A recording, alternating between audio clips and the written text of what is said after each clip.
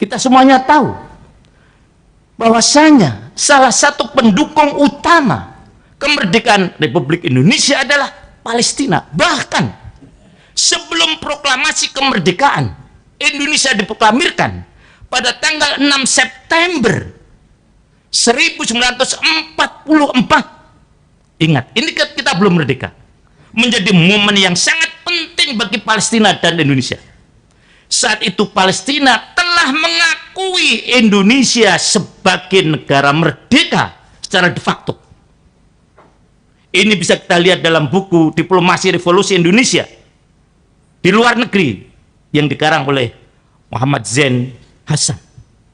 Nah, pengakuan itu disampaikan oleh Mufti Palestina Amin Al-Husaini lewat radio Berlin yang berbahasa Arab. Jadi sebelum merdeka, kita sudah diakui kemerdekaan kita. Oleh siapa? Bangsa Palestina. Kemudian selanjutnya, bukan hanya dukungan diplomatik, tapi finansial. Seorang konglomerat, atau mungkin sekarang Crazy Rich, dari Palestina yang bernama Muhammad Ali Tahir, yang beliau itu lahir di Nablus, sekitar 49 km dari Masjidil Aqsa. Beliau seorang jurnalis yang memimpin beberapa surat kabar, antara Asyura, Asyabab, dan Alam Misri. Beliau telah mendonasikan semua tabungannya untuk kemerdekaan Republik Indonesia.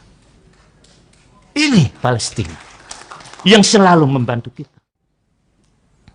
Kita tahu bagaimana Masjidil Aqsa, tempat yang dimuliakan oleh Allah Subhanahu wa taala.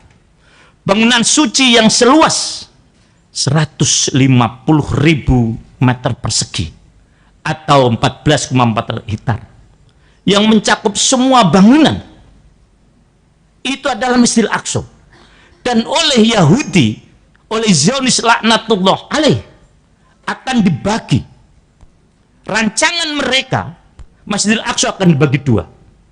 75% untuk Yahudi dan hanya 30% untuk umat Islam. Hal ini tidak bisa dibiarkan tanpa ada perlawanan dan pembelaan. Dan itulah yang digambarkan oleh Allah Subhanahu wa taala di dalam surah Al-Baqarah ayat 114. Wa man aulamu mimman mana masjidallahi ayyuzkara fi ismuhu wa sa'a fi kharabiha. Ulaika ma kana lahum ayadkhuluha illa khaifin. Lahum fid dunya khizyu wa lahum fil akhirati adzabun azim.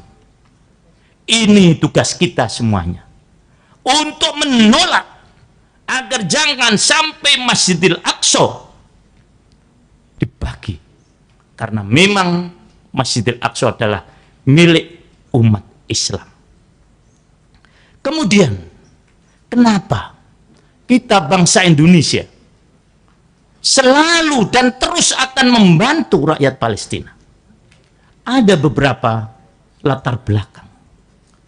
Yang pertama adalah amanat konstitusi.